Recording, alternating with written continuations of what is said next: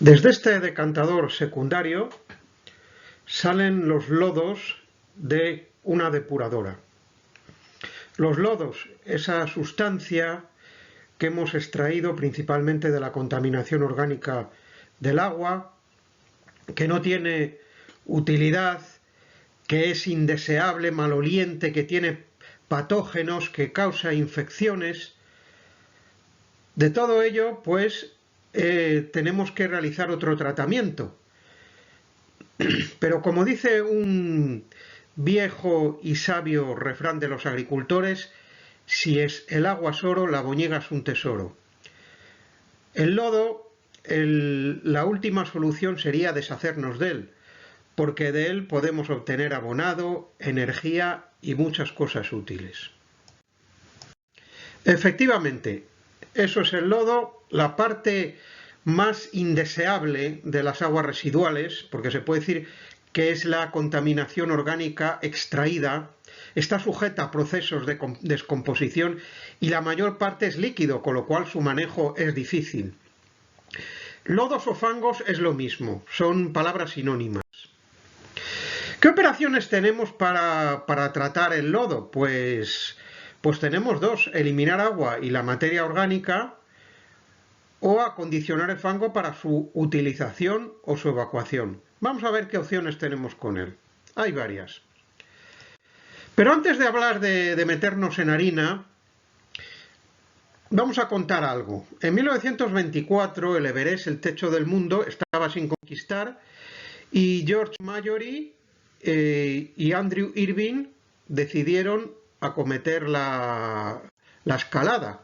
El equipo era pesado, las botellas de oxígeno eran muy pesadas y George Mallory dijo que al llegar a la cumbre dejaría una fotografía de su esposa Ruth. El caso es que no lo consiguió.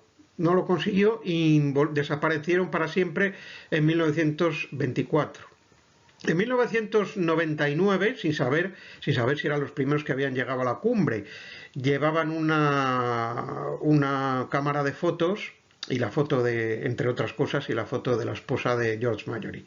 En 1999 Eric Simonson, una expedición capitaneada por Eric Simonson, alcanzó la cumbre buscando los cuerpos y los objetos de George Mallory y Andrew Irving, y lo que se encontró fue el cuerpo de George Mallory sin cabeza y perfectamente conservado. ¿A qué viene esto? Esta historia del alpinismo, ¿y qué tiene que ver con los lodos? Bueno, es reflexionar un poco que por qué estaba conservado y no en putrefacción. A esa altura hay dos factores que impiden la putrefacción: las bajas temperaturas y la sequedad. La eliminación de agua. Porque el agua, al transformarse en hielo, ya no es aprovechable para las bacterias. Veremos algunas más cosas de estas, algunas comparaciones, porque en definitiva el tratamiento de lodo, si no se usan, un error, porque se pueden usar, es evitar su putrefacción. Vamos a ver la primera operación, que es el acondicionamiento. ¿Cuál es el objetivo del acondicionamiento? Mejorar las características de deshidratación del fango. Y tenemos dos tipos: acondicionamiento químico y tratamiento térmico. El acondicionamiento químico pues consiste en hacer uso de productos químicos para acondicionar el fango para su deshidratación. Es una práctica económica es una práctica sencilla y económica. Reducimos la humedad del fango desde el 90-99%, hemos dicho antes que prácticamente era líquido, hasta el 65-85%. Depende de la naturaleza de los sólidos. Podemos usar cloruro férrico, cal, alúmina y polímeros orgánicos. Es importante también en este proceso la mezcla. Luego también podemos realizar un tratamiento térmico, que es un proceso de estabilización y acondicionamiento calentando el fango durante cortos periodos de tiempo. Así se coagulan los sólidos, se rompe la estructura de gel y se destruye la afinidad al agua de los sólidos contenidos en el fango. Es caro, porque todo lo que se aplica en energía térmica es caro, con lo cual se limita su aplicación a plantas de grandes dimensiones y en las que haya espacio disponible. Bueno, vamos a hablar de otra cosa. La Revolución Francesa, finales del siglo XVIII, Luis XVI y su esposa María Antonieta son ejecutados, y este era el delfín Luis XVII del que no se supo nada. Corrieron varias leyendas, pero un médico dijo que había muerto a los 8 años y guardó su corazón en alcohol. El alcohol se evaporó y quedó el corazón seco. Entonces se comparó el ADN con el ADN de los reyes de Francia, de las tumbas que existen en París, y efectivamente se comprobó que era el corazón del joven delfín Luis XVII, que había muerto a los 8 años de edad. Bueno, ¿qué tiene que ver esto con los lodos?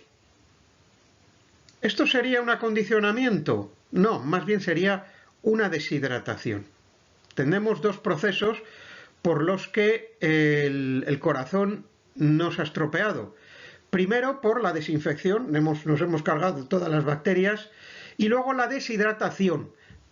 Perdón.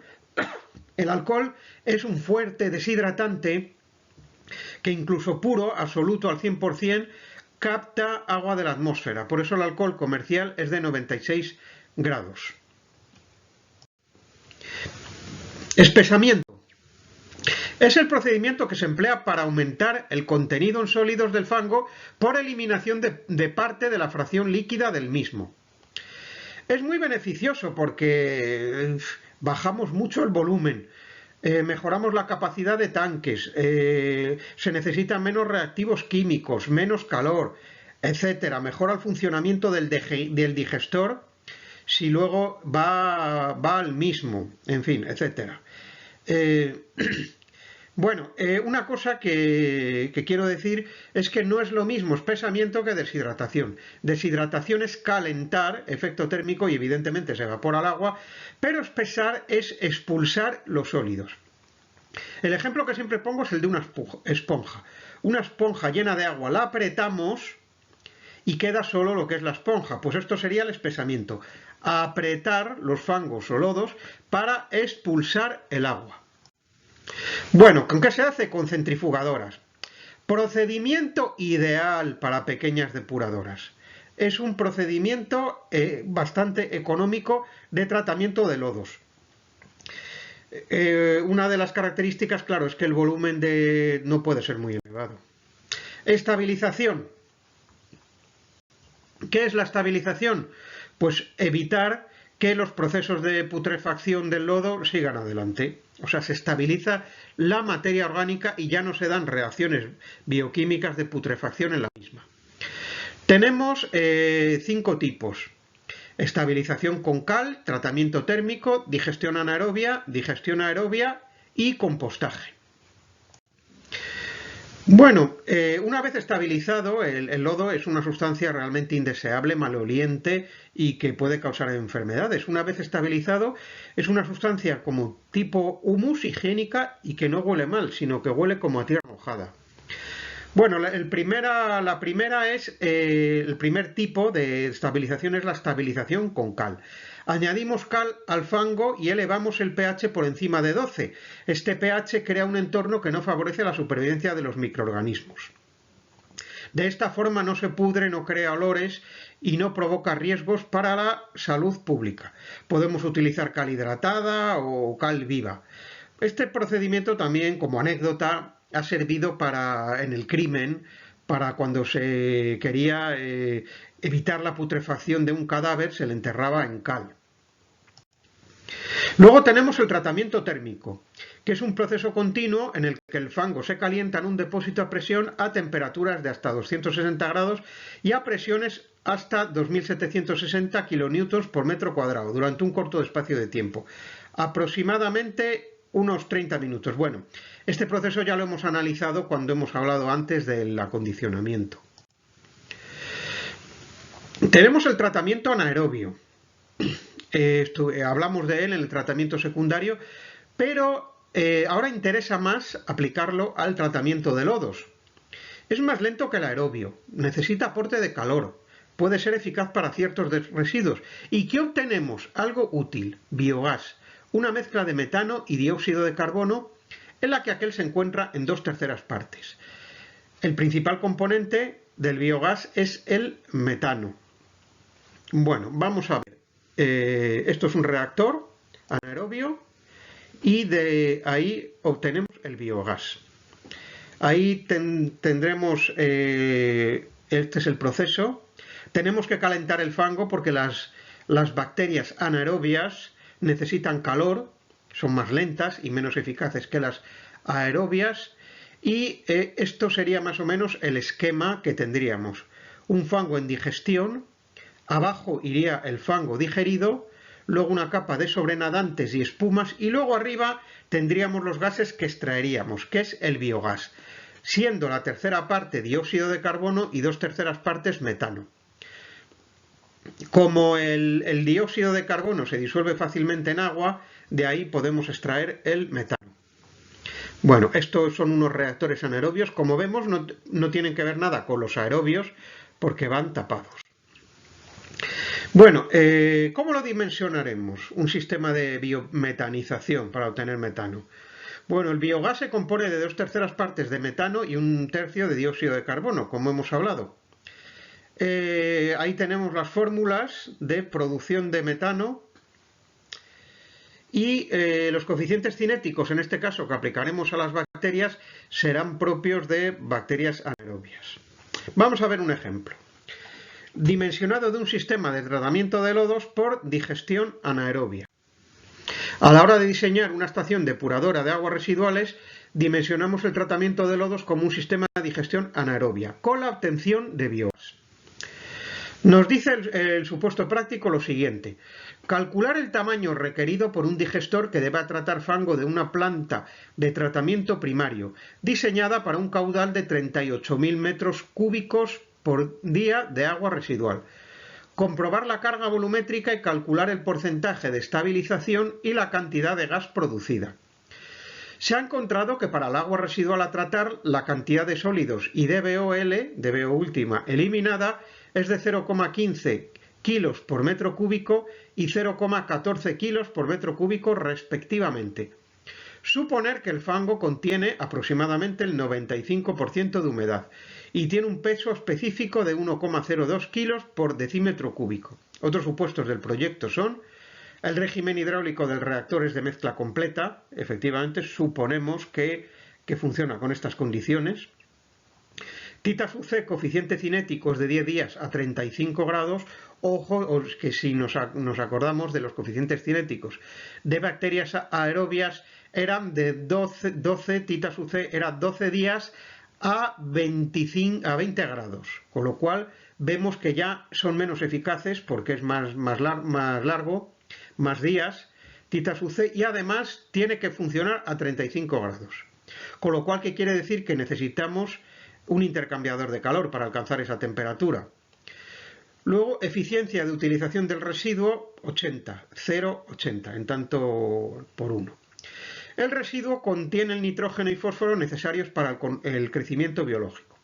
Más coeficientes cinéticos, I es igual a 0,05 y K sub D 0,03 días a la menos 1. Y luego las constantes son para una temperatura de 35 grados, ya no son los 20.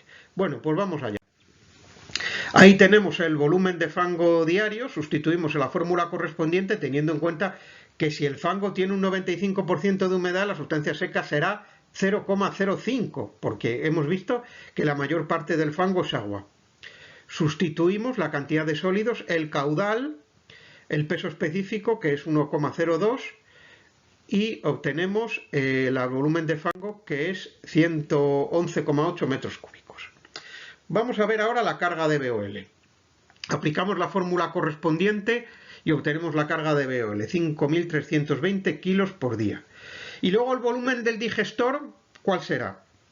Pues el volumen de fango por el coeficiente cinético titas UC. Como son 111,8 metros cúbicos por día por 10, será 1.118 metros cúbicos el volumen del digestor. La carga volumétrica, pues bueno, con los valores obtenidos se sustituye la fórmula y no tiene mayor secreto. Son 4,76 kilos por metro cúbico y día. Kilos de sólidos volátiles producidos por día. Tampoco tiene mayor secreto. Lo único que tenemos que hacer es que ese sub 0 lo hemos obtenido anteriormente. Y ese son 5.300 por 1 menos la eficacia del residuo, que serían 0,8. Y nos da 1.024. Sustituimos en la fórmula y obtenemos Px. Y con ese Px nos vamos al cálculo del porcentaje de estabilización, con los valores anteriores. S sub 0, S, 1,42 Px y por la carga de DBOL y nos da 75,6, o sea, es el porcentaje de estabilización, o sea, por llamarlo así, perdóneseme la palabra sería de no putrefacción. Efectivamente, se ha estabilizado los lodos. ¿Y qué volumen de metano obtenemos? Bueno, pues multiplicamos por esa fórmula que ese coeficiente sale pues del peso molecular del metano. Y obtenemos 1.408 metros cúbicos por día. Bien, eso es el metano. Pero no todo el gas es metano, porque ya hemos visto que son las 2/3 partes. Luego entonces tenemos que calcular el volumen total de gas al día. Con el valor obtenido de metano sustituimos en la fórmula, en el volumen total. O sea, el volumen de metano, como son 2/3 partes, será dividido por 0,67 y serán 2.101 metros cúbicos por día. Bueno, pues ahora viene la segunda parte, que es la más interesante. Fabuloso, ¿verdad? Obtener gas natural a partir de la porquería de los lodos. Pero la cosa no es tan sencilla, porque habíamos hablado de que el proceso anaerobio tiene que ser a 35 grados y entonces tenemos que aplicar un calor a través de un intercambiador de calor y entonces se nos va a ir parte de la energía.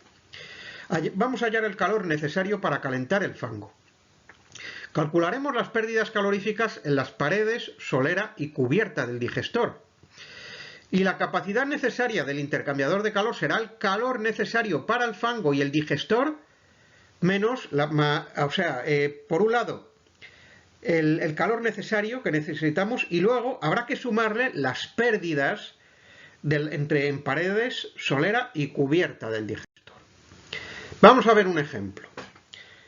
Este es el cálculo de las necesidades de calor de un sistema de tratamiento de lodos por digestión anaerobia. A la hora de diseñar un sistema de digestión anaerobia, con la obtención de biogás, es fundamental la aportación de calor, por lo cual por un lado hay que calcular las necesidades del mismo y por otro verificar el diseño del digestor en función de estas. Bueno, nos dice, este es el supuesto práctico, se va a calentar un digestor con una capacidad de tratamiento de 50.000 kilos por día de fango mediante la recirculación del fango a través de un intercambiador de calor de agua caliente exterior. Bueno, son de aplicación las siguientes condiciones. Las dimensiones del digestor de hormigón. Hay un diámetro, es circular y luego se puede decir que tiene una punta hacia abajo para que los fangos vayan para allá. La profundidad lateral es de 8 metros y la profundidad en el centro de 12. ¿Qué coeficientes de transpiración del calor tenemos? Suelo seco terraplenado en toda la profundidad, o sea, ahí tenemos la pérdida en vatios por metro cuadrado y grado, la solera del digestor en presencia de agua subterránea, tenemos otro coeficiente en vatios por metro cuadrado y grado, y la cubierta expuesta al aire, en vatios, metro cuadrado y grado. Y luego las temperaturas evidentemente van a ser las más desfavorables dependiendo de la zona.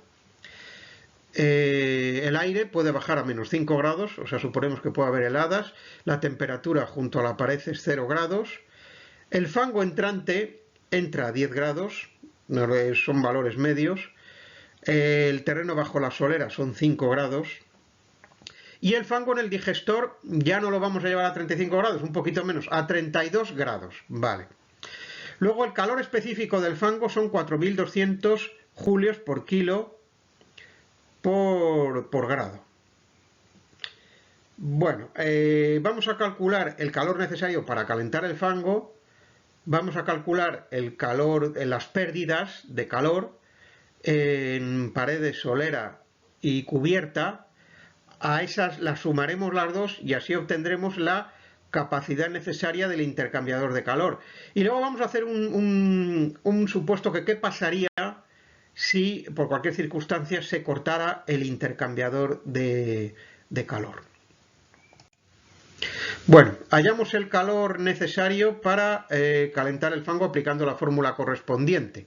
Sustituimos el volumen del fango, la temperatura a la que tiene que estar menos a la que entra y por la capacidad calorífica del fango y obtenemos 46,2 por 10 a la 9 julios por día. Vale, esto es lo que nos da aplicando la fórmula. Bueno, ¿qué vamos a hacer para hallar las pérdidas de calor en paredes, soleras y cubiertas? Pues lo primero que tenemos que hacer es hallar la superficie. Evidentemente es como se hace, como cuando se dimensiona una calefacción de una industria o por una casa. Tenemos que ver cuál es la superficie en la que hay pérdidas. Bueno, para calcular la superficie de la pared será 2πr, que es la circunferencia por la altura, y nos da 502,65 metros cuadrados. La superficie de la solera aplicaremos la fórmula pi por r por la generatriz, que es la superficie de la parte de un cono sin la base. Será 338,35 metros cuadrados. Y la superficie de la cubierta, pues la superficie del círculo, pi r cuadrado, 314,16 metros cuadrados. Bueno, para hallar la longitud de la solera es como la hipotenusa del triángulo rectángulo. El cateto mayor es el radio del digestor y el cateto menor es la diferencia entre la profundidad lateral y la profundidad en el centro. Vale. Así, esto vamos, no tiene ninguna dificultad. Aplicamos el teorema de Pitágoras, ya que tenemos, por un lado restamos el diámetro interior del superior y el otro lado será el radio. Vale. Bueno, pues una vez hallada la superficie, calculamos la pérdida de calor por conducción, empleando la ecuación que por un lado multiplicamos el coeficiente, la superficie y la diferencia de temperatura. Vale. Será igual la pérdida de conducción en paredes 0,68 por la superficie por 32 menos 0. Y luego multiplicamos porque como un vatio, como nos da la pérdida en vatios, y un vatio es un julio por segundo, para aplicarlo a la anterior fórmula, que es julio por día, vamos a pasar ese julio por segundo a julio por día, que será como un día tiene 24 horas, una hora tiene 60 minutos y un minuto tiene 60 segundos, será 24 por 60 por 60, 9,45 por 10 a la 8 julios por segundo. Por solera tenemos la siguiente, 0,85, 32 menos 5, igual 6,71 por 10 a la 8 julios por día. Pérdidas de calor por conducción en cubierta. Aquí estoy viendo un error, ojo, cuidado, ahora lo vamos a ver. Me parece que la cifra está bien, pero ahí un signo está mal, lo voy a explicar. 0,91 es el coeficiente de transpiración. Vale, la superficie 24 por 60 por 60. Y vamos a ver una cosa, a ver si se me entiende bien. Pone ahí 32 menos 5, eso es un error, es 32 más 5. El resultado final está bien, pero ahí es un error, es 32 más 5. ¿Por qué? Porque tenemos que pasar de menos 5 a 32. Esos grados lo tenemos que elevar hasta arriba. Entonces serían 32 más 5, o sea, tenemos que subir la temperatura a 37 grados. Bueno, finalmente sumamos todas las pérdidas y tenemos 25,3 por 10 a la 8. Julios al día. Bien. Bueno, pues ¿Cuál será la capacidad necesaria del intercambiador de calor? Pues será el calor necesario para el fango y el digestor, o sea, la suma de los calores necesarios. Por un lado, lo que nos va a costar elevar la temperatura del fango de 10 a 32 y por otro lado habrá que sumarle todas las pérdidas. El total nos da 71,5 por 10 a la 8 julios por día. Bueno, si lo restáramos esto, no es muy difícil hacer las fórmulas, las equivalencias de la capacidad calorífica del metano. Se puede encontrar en la bibliografía, en libros de ingeniería, en internet, no es difícil. Aún así sería positivo. Lo que pasa es que ya no tendríamos toda la energía que esperábamos del metano. Pero sigue habiendo un balance energético positivo. Bueno, y antes de pasar quiero hacer una reflexión sobre esto. Claro, esto es una maravilla. Obtener de los lodos, ya no solo de los lodos, sino de los purines de porcino, de la sustancia orgánica. Cuando las necesidades energéticas de la sociedad actual son tan grandes, obtener así una energía renovable, ¿por qué no se hace? ¿Por qué no se hace? Pues bien, lo voy a explicar y ya veremos cómo no es difícil de entender esto. Evidentemente, la energía que se obtiene del metano menos la que restamos del intercambiador de calor es una energía pequeña. Si tenemos mucho lodo, puede merecer la pena, pero si no, no. Entonces, ¿qué ocurre? Que esto solo sería en grandes depuradoras, solo sería viable en grandes depuradoras. Efectivamente, en una depuradora urbana, por ejemplo, como la que hay en Zamora, se puede obtener suficiente biogás para que energéticamente abastecer a la depuradora. Eso es verdad, pero en una depuradora pequeña no merece la pena. Y si queremos ir más allá de dar energía, de proporcionar energía más allá de la depuradora, pues hace falta volúmenes enormes, enormes. Por ejemplo, en China es un país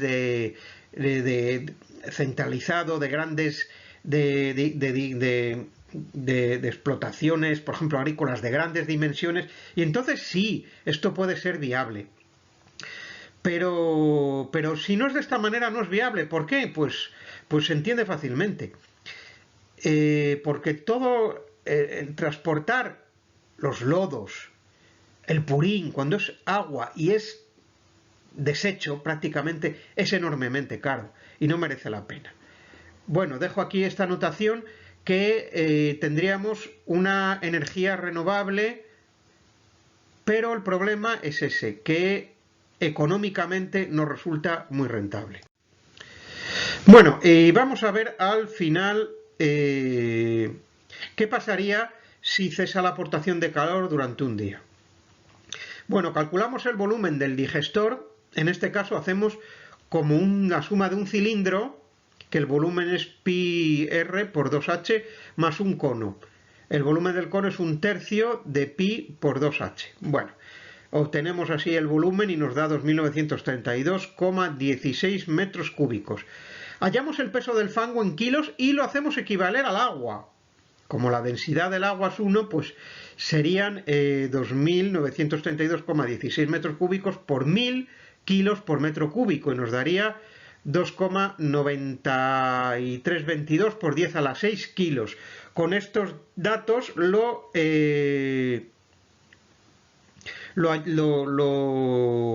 sustituimos en la fórmula, ponemos un día y claro, nos sorprendemos, porque pensaríamos que todos esos kilos, la cifra obtenida es pequeñísima. Es pequeñísima. No llega a un grado, lo normal es que no llegue a un grado. ¿Y cómo es posible? Pues evidentemente hay que hablar de la inercia térmica. Estamos hablando de masas enormes y luego los propios procesos del fango en digestión también mantienen la temperatura. Bueno, vamos a pasar ahora a otro proceso, la digestión aerobia. ¿Y qué es la digestión aerobia? Pues algo parecido a los fangos activos o activados. Bueno, pues ¿Qué ventajas tenemos? Pues que realmente solucionamos el problema del lodo, pero la principal desventaja es que no tenemos nada útil. Así como veíamos en la digestión anaerobia que obteníamos metano, en este caso que obtenemos nada prácticamente. Con lo cual, pues bueno, es un proceso realmente... ¿En qué se diferenciaría de fangos activos? Que los de fangos activos queremos que baje la DBO a un determinado nivel para poder vertir y no contaminar los ríos y los arroyos. Y en este caso la digestión aerobia simplemente lo que queremos es estabilizar los lodos. Compostaje. Esto va en aumento porque se obtiene un producto realmente útil para abonar. Desde mediados de los años 70 el compostaje ha venido teniendo mucha atención como alternativa económicamente viable y ambientalmente segura. ¿Qué ocurre en el compostaje? Que la materia orgánica sufre una degradación biológica hasta alcanzar un producto final estable. Es un material tipo humus, higiénico, libre de características desagradables. Bien, y se puede utilizar como acondicionador de suelos en usos agrícolas, hortícolas o enviado al vertedero. El caso es que no es contaminante y es útil. Bueno, pues ¿tenemos aquí otra gallina de los huevos de oro? Yo diría que no. Tengo que poner el contrapunto a todo esto y obtenemos un abonado y un establecedor de suelos útil. El problema es que abonado orgánico sobra, generalmente sobra. Pero bueno, puede ser una alternativa muy viable para pequeñas depuradoras en las que se obtienen volúmenes pequeños. Sí que puede ser una alternativa realmente útil. Bueno, estos son pilas de compost. Y esto es el compost. Nada que ver con el lodo del que viene. Bueno, vamos a hacer un pequeño inciso hablando del antiguo Egipto, de las momias, que una de las sustancias que utilizaban para envolver los cadáveres era el natrón. Natrón, que sería una mezcla de carbonato, bicarbonato sódico, nitrato sódico. ¿Qué proceso de estabilización sería este? Sería una estabilización química, evidentemente. Bueno, y otra cosa ya, hablando del antiguo Egipto, la momificación es a partir del Imperio Antiguo. ¿Y qué pasa con el Egipto tinita y pretinita? Que estaban las momias... había momias, pero sin el proceso de modificación. Y se han conservado en buen estado, como podemos ver. Cuando veíamos el efecto de la temperatura sobre las bacterias, veíamos que la temperatura al aumentar favorece los procesos de putrefacción. En este caso, si el antiguo Egipto tenía unas temperaturas elevadas, ¿por qué no se han podrido? Pues por falta de agua. Evidentemente, las bacterias pueden tener mucha temperatura, pero como no tengan agua, pues no avanzan los procesos de putrefacción. Y ahí conectamos con el siguiente proceso, que es la deshidratación. La deshidratación es una operación unitaria, física, mecánica, utilizada para reducir el contenido de humedad del fango y vamos a tener 6 ventajas. El coste de transporte va a ser menor, el fango deshidratado es más fácil que de manipular, hemos visto que era líquido, puede ser necesaria si lo vamos a incinerar, puede ser necesaria antes del compostaje, evita la generación de olores y si va a ir a vertedero, pues también es útil. Bueno, esto es fango deshidratado. Pierde las características de putrefacción y es una especie como de barro, como vemos ahí. Y hablando de deshidratación, ¿por qué no se pudrió Otzi? Pues porque se deshidrató, efectivamente, cayó en el hielo y aunque el hielo sea agua en estado sólido no le pueden utilizar las bacterias. Vamos a ver otra otro tratamiento de lodos, la aplicación al terreno. Bueno, pues esta también es una aplicación típica. Abonado, el abonado de toda la vida, del estiércol, purines.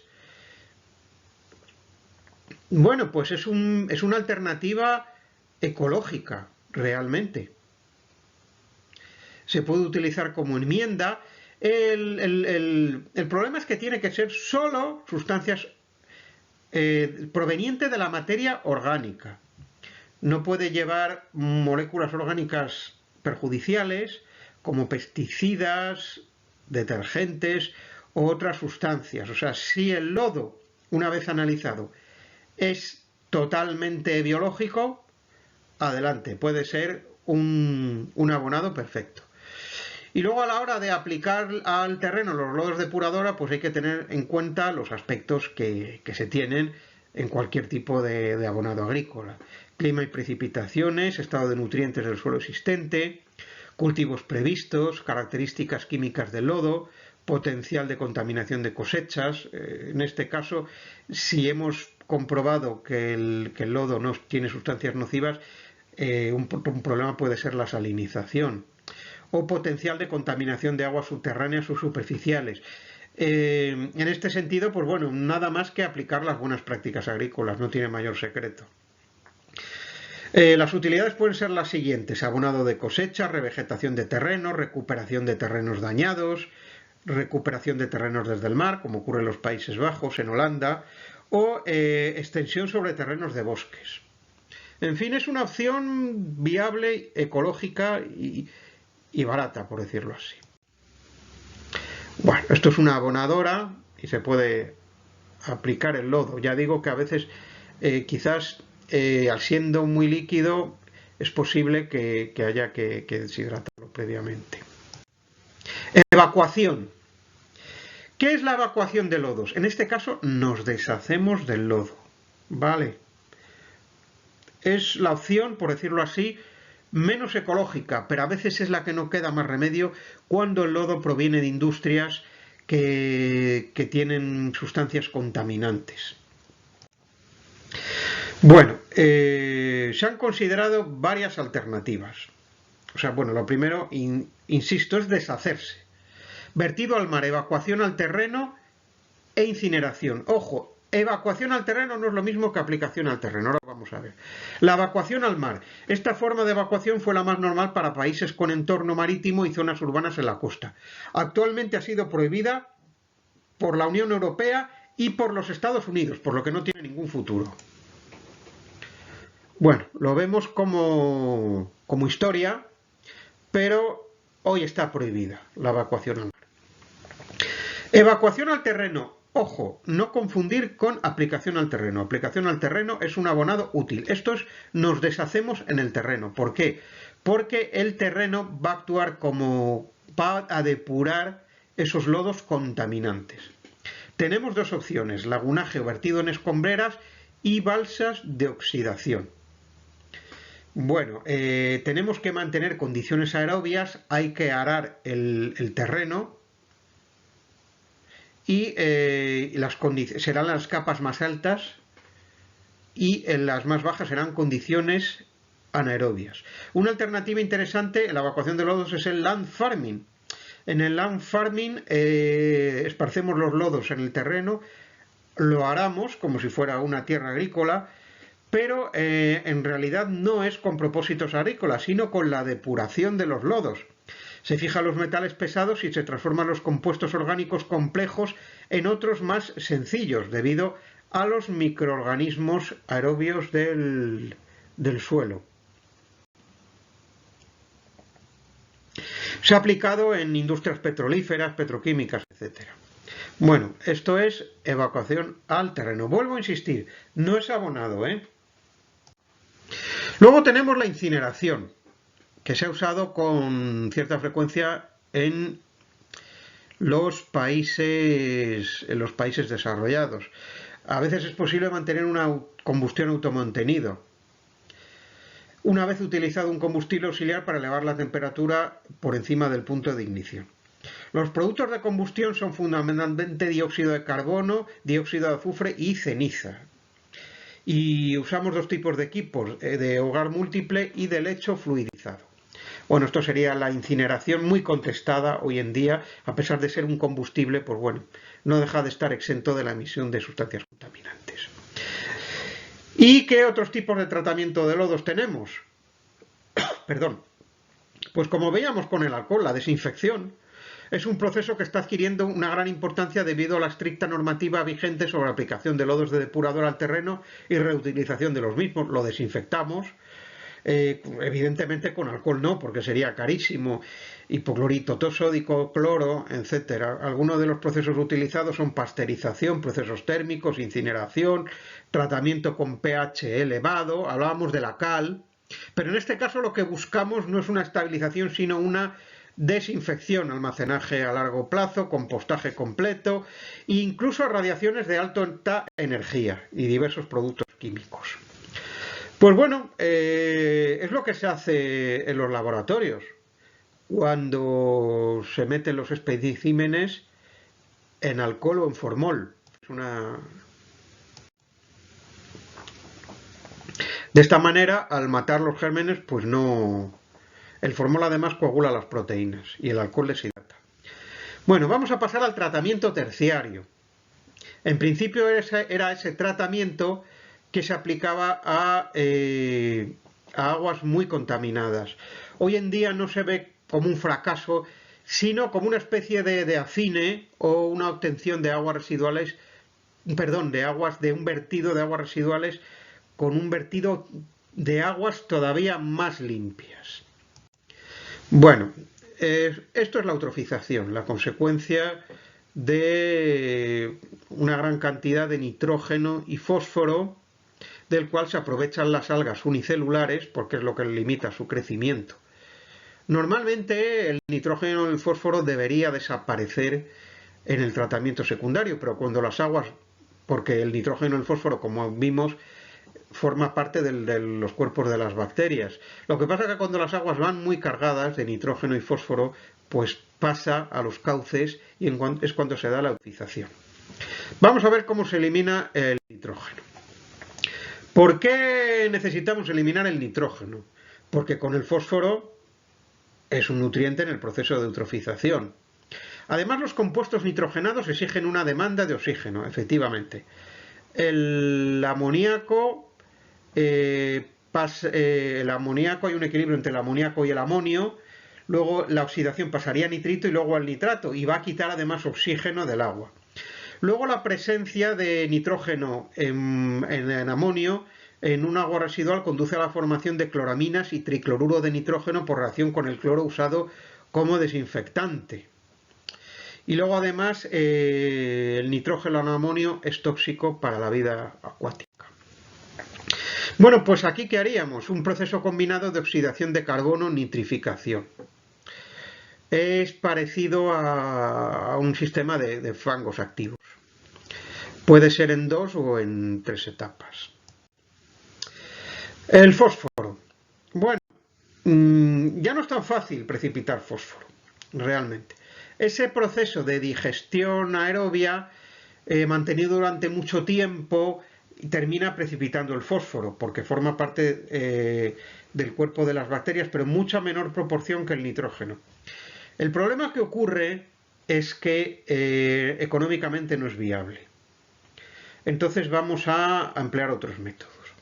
El primero es la precipitación química, segundo el proceso de lodos activos, el tercero balsas de estabilización, el cuarto ósmosis inversa y el quinto electrodiálisis. ¿Qué agentes de precipitación del fósforo son los más empleados? Lo bueno es que el fósforo normalmente es insoluble.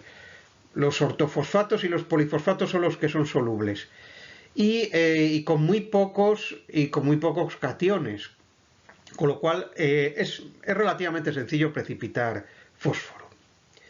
Y relativamente barato también. Tendremos hierro como tricloruro de hierro, calcio como cal, aluminio como alumbre o una combinación de hierro y cal. Una forma más sencilla de aprenderlo es que los lodos están relacionados con lo fecal.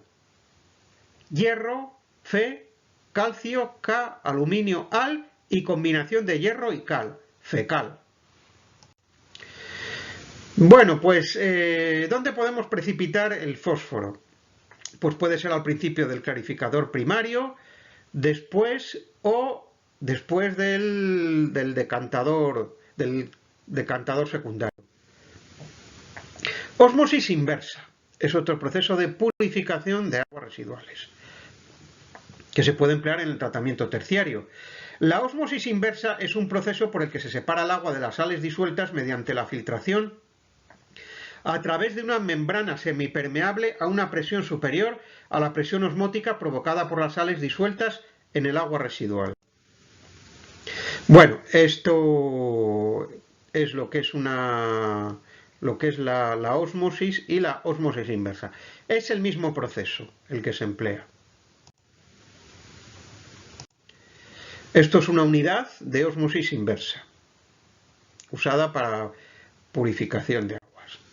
Los componentes principales de una unidad de ósmosis inversa son la membrana, una estructura de soporte de la membrana, un recipiente contenedor y una bomba de alta presión, porque tenemos que hacer presión para que pase el agua por la membrana. Para que el funcionamiento de las unidades de ósmosis inversa sea el adecuado, es necesario conseguir un afluente de gran calidad. O sea que si viene el agua muy contaminada, no nos va a servir la ósmosis inversa. Aquí es cuando hemos hecho el inciso de que el tratamiento terciario pues puede ser un proceso para mejorar todavía el agua de vertido a los cauces naturales. Bueno, las golondrinas con el agua del mar, no podremos beber agua del mar porque nos revientan los riñones, pero las golondrinas lo hacen y las tortugas marinas también. ¿Cómo lo consiguen? Pues porque tienen, por decirlo así, en su organismo unidades de ósmosis inversa. Oxidación química. Esto de oxidación química es eliminación de patógenos a través de oxidación química. Eso es lo que tratamos. Sustancias que pueden provocar enfermedades no queremos verterlas en los cauces públicos, ya que pueden provocar enfermedades a personas y animales, al ganado. Tanto animales salvajes como al ganado. Bueno, ¿qué objetivos tiene la cloración de aguas residuales? Es el primer método de oxidación química o desinfección. La desinfección, reducir la DBO, eliminación o reducción de colores y olores, oxidación de iones metálicos y oxidación de los cianuros, que son muy venenosos, a productos inocuos. Empleamos la ley de Chick, que como veíamos en caso de las bacterias, como a grandes rasgos son clones, lo que mata a una mata a todas. Y para realizarlo emplearemos un reactor discontinuo para desinfección por cloro. Pero tenemos otra alternativa, además de la cloración. La cloración también se usa en la potabilización del agua residual, del agua de consumo, no del agua residual. Se usa, y la ozonización es lo mismo, también se usa para potabilizar el agua de consumo, porque ambas matan los patógenos. Bueno, ¿en qué consiste la ozonización de las aguas residuales? El ozono reacciona fácilmente con los productos orgánicos no saturados presentes en las aguas residuales. La tendencia a la formación... ¿Qué ventajas? Estos son ventajas, perdón. Se reduce la tendencia a la formación de espuma. Se rompen anillos aromáticos y se oxidan parcialmente los productos aromáticos y son más susceptibles de tratamiento biológico convencional. Y luego, ¿qué pasa? Que el ozono al descomponerse pues, se transforma a oxígeno, que es beneficioso para el agua. Efectivamente, ¿qué es mejor? La ozonización es mucho mejor que la cloración, pero es muchísimo más cara. ¿Y qué otros tipos de tratamiento terciario tendríamos?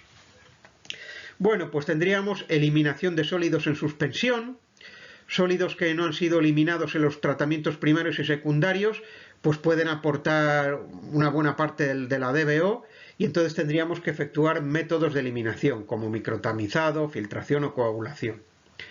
Absorción en carbón activo. La absorción es la concentración de un soluto en la superficie de un sólido. En este caso utilizamos el carbón activo como absorbente.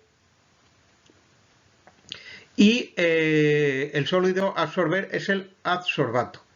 Bueno, esto es muy bueno, pero es muy caro también. Además, el carbono activo pues se satura y hay que sustituirle.